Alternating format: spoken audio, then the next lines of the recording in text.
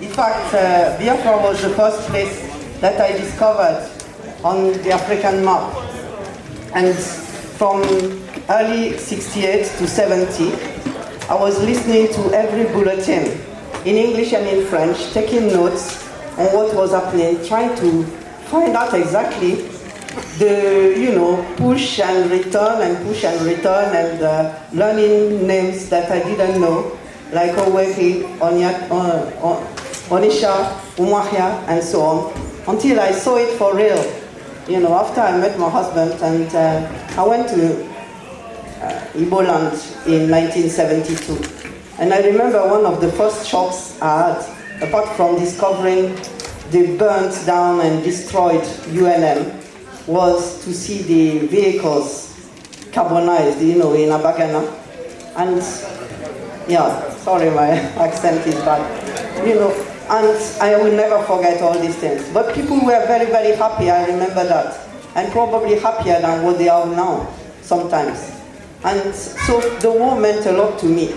And I made it my life mission, academically, to tell about Nigeria, and especially Igbo land, to the outside world. So I did it in French for a long time. Then I came here, and people were saying, well, you have to write in English. So I started doing that.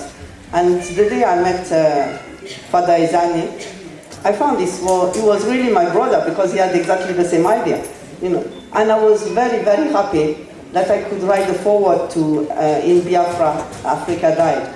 And as I said there, this fearless and timely piece of research that he wrote adds to the growing number of scholarly publications on what has been termed the Nigerian Civil War, with the aim of offering an informed opinion on the conflict which tore the Federation apart from nearly 3 years. In 14 well-structured chapters that you must read, and numerous appendices revealing a solid knowledge of the subject, he confronts, he does not hesitate to dig up uncomfortable truth and confront controversial issues too often swept under the carpet, questioning long-accepted views on the war. Father Izani takes stock of the most frequently asked questions on Nigerian history and politics. He attempts to offer answers as a seasoned educator.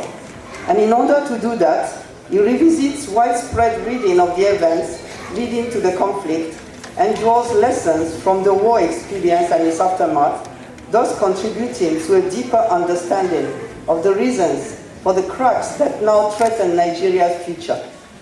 Exploring issues relating to history, regional identities, national and international politics, and demolishing preconceived ideas and stereotypes, the author suggests reasons why, unquote, Nigeria is one of the few richest countries in the world in terms of its enormous human and material resources, and paradoxically also belongs to the class of the world's poorest countries. For Father Izani, the only explanation for the long-term decline and current situation of the country is that, unquote, one unmistakable lesson to be learned from the Nigeria-Biafra war is that Nigerian leaders have not hitherto learned any lesson from it, while proving once more that the memory of those 3 years still haunts the country, terms an African crippled giant. This remarkable book is also a challenge to Africans, calling for a renaissance of the continent. I want to add to this that we need, somebody said that we should remember. And it's also what Adichie said. We must remember. We must not forget. Because it's easy for people to sweep these things on the carpet because they say, well, Biafra is a defunct country. And so it's indecent to talk about it. And we find out that lots of books, are being published on the subject. Why is it that is still the case? And it will continue until everything has been told. You can compare it with the Second World War and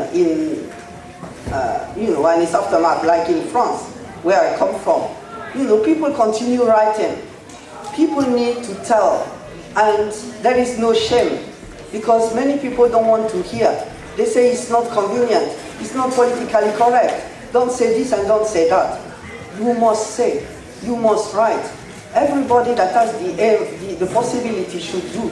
Somebody I met in 2010 in Washington, D.C., published a little book with a CD that he published himself, so it's not remarkable musically, but he copied songs from the Biafran War in Igbo and other languages.